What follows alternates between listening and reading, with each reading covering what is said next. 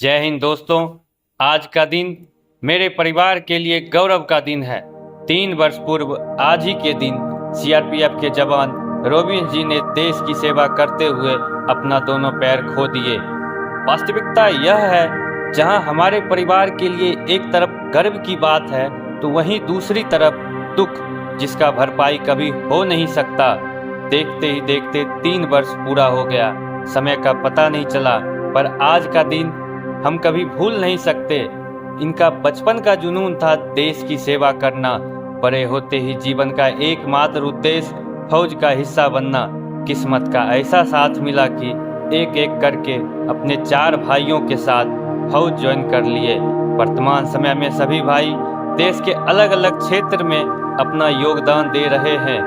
Duty इनका हमेशा चुनौतीपूर्ण रहा, चाहे बात करें आतंकवाद प्रभावित क्षेत्र श्रीनगर या फिर नक्सल प्रभावित क्षेत्र झारखंड। हर वक्त निडर होकर दुश्मन का सामना डटकर किए।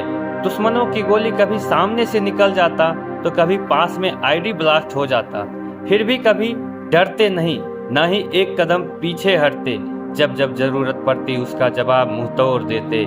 यही निडरता के कारण अपने यूनिट में शक्तिमान नाम से जाने जाते थे। 10 वर्षों तक किस्मत ने साथ दिया। खुद की सुरक्षा करते हुए देश की सेवा तन मन से किए। लेकिन 25 फरवरी 2021 को झारखंड के गुमला जिले के घने जंगल में सर्च अभियान के दौरान नक्सली के द्वारा लगाया आईडी के चपेट में आने से दोनों पैर खोना पड़ा।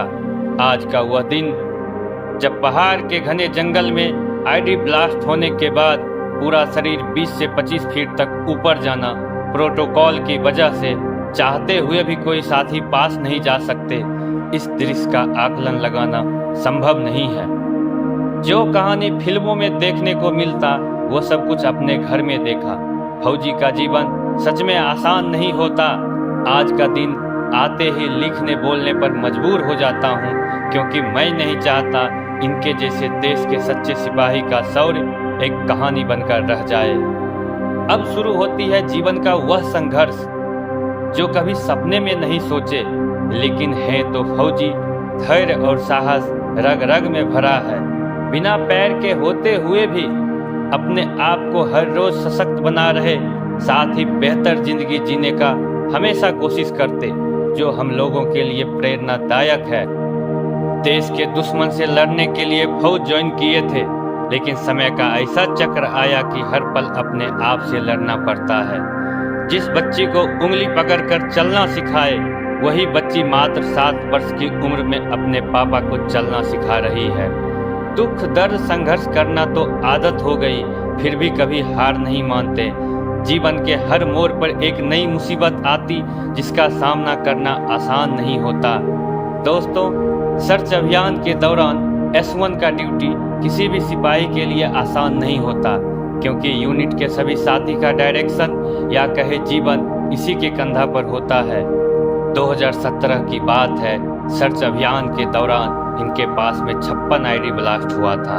2021 में इसी महीने के 7 तारीख को सर के पास से 2-2 गोली निकला। किस्मत ने बहुत बार साथ दिया। ना जाने छोटी मोटी घटना तो कितनी बार हुआ होगा, जिसका जिक्र करना भी जरूरी नहीं है, क्योंकि फौजी के लिए ये सब आम बात होती है।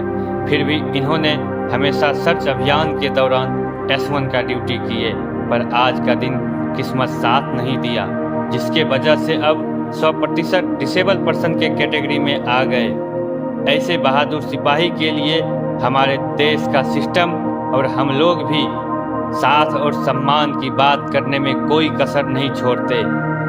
पर इस घटना के अनुभव के आधार पर सच कहूँ तो इस प्रकार की सच्चाई दूसरों के लिए सिर्फ कहानी है, लेकिन निशब्द तब हो जाता हूँ जब देशभक्ति की बात होती तो सोशल मीडिया में न्यूज कुछ दिनों के लिए ट्रेंडिंग में रहता, पर इनके जैसे योद्धा के तकलीफ का समाधान कभी नहीं हो पाता, ना ही किसी को फर्क पड़ता। भारत सरकार और सीआरपीएफ की बात करें तो इनका जीवन बचा दिया, इसके लिए तहे दिल से धन्यवाद। लेकिन इस देश का दुर्भाग्य है, नियम के अनुसार इनके जैसे योद्धा को मेडल मिलता है, जो कि डिजर्व भी करते, पर साला आज तक यह नहीं बताया कि कौन सा मेडल मिलने वाला है। देना तो दूर की बात है, जब भारत सरकार और सीआरपीएफ 3 साल में मेडल नहीं दे पाया तो और क्या कर रहा होगा, यह समझने योग्य है। इससे शर्म की बात हमारे देश के लिए और क्या हो सकता। शर्म आनी चाहिए वैसे लोगों को जो सिस्टम के उच्च पद पर बैठा है, लेकिन क्या कह सकते, हमारे देश में निर्लज और नकारे लोग भरे पड़े हैं। सरकार का कोई है इसके ऐसे प्रावधान? जरा इनका नाम है गोविंद। ये है हमारे देश के केंद्रीय मंत्री। नेता और जनप्रतिनिधि की बात करें तो जब यह घटना हुई थी तब घर पर आने के लिए लंबी लंबी कतार लग गई, लेकिन वैसे वैसे लोग घर पे आए जिसको इनका नाम नहीं पता था। वो क्या सहानुभूति देगा।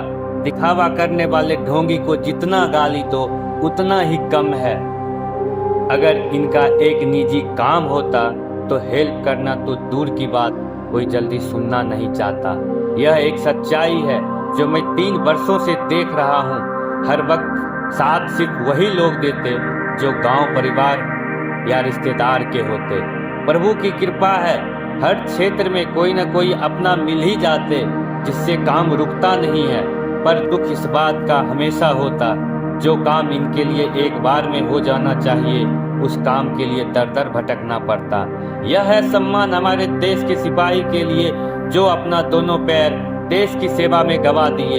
लिखने बोलने पर आ जाऊंगा तो शब्द कम पड़ जाएगी। धिक्कार है देशभक्ति का दिखावा करने वाले लोगों पर, जो इनके जैसा योद्धा का नाम ब्रेकिंग न्यूज और सोशल मीडिया पे ट्रेंडिंग करवाने तक सीमित रह जाते हैं। पर कुछ लोग हैं जो सच में फौजी के लिए हर संभव कार्य करते। मुझे अच्छे से याद है जब यह घटना हुई थी, डिपार्टमेंट के द्वारा सही जानकारी नहीं मिल रहा था, सिर्फ अस्पताल का नाम बताया गया। फिर मैंने झारखंड के एक मित्र को कॉल किया, उसके सहयोग से रांची से एक अनजान लड़का का कॉल आया।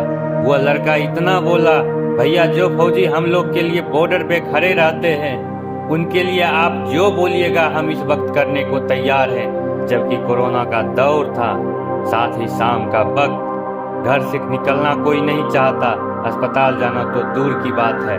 लेकिन वो लड़का वहां जाके पल पल का रिपोर्ट करता रहा, पूरी रात अस्पताल में रुका जब तक मेरे घर वाले वहां पे नहीं पहुंचे। इसको कहते हैं सच्ची देशभक्ति। अपनों की बात करें तो रांची में होने के बाद भी देश के अलग अलग क्षेत्र से 1000 से ज्यादा लोगों ने अस्पताल में जाकर मिले। जो डिस्चार्ज होने वक्त मेडिका हॉस्पिटल के डॉक्टर ने बोले, अपने जीवन में पहला ऐसा केस देखा हूँ जहाँ पर कोरोना होने के बाद भी इतना लोग मिलने आए। आईडी ब्लास्ट के बाद 2.5 महीना तक रांची में इलाज चला, पर किसी ने अकेला होने का एहसास महसूस होने नहीं दिया।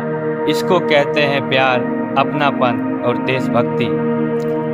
यह सच्चाई सिर्फ रोबिन जी का नहीं है, इनके जैसे देश में बहुत ऐसे फौजी हैं, सबका यही हाल है।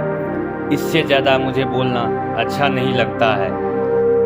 लास्ट में कुछ शब्द 10 मिनट किसी फौजी के पास बैठिए, आप महसूस करेंगे कि आपकी नौकरी और त्याग तुच्छ है। धन्यवाद। जय हिंद।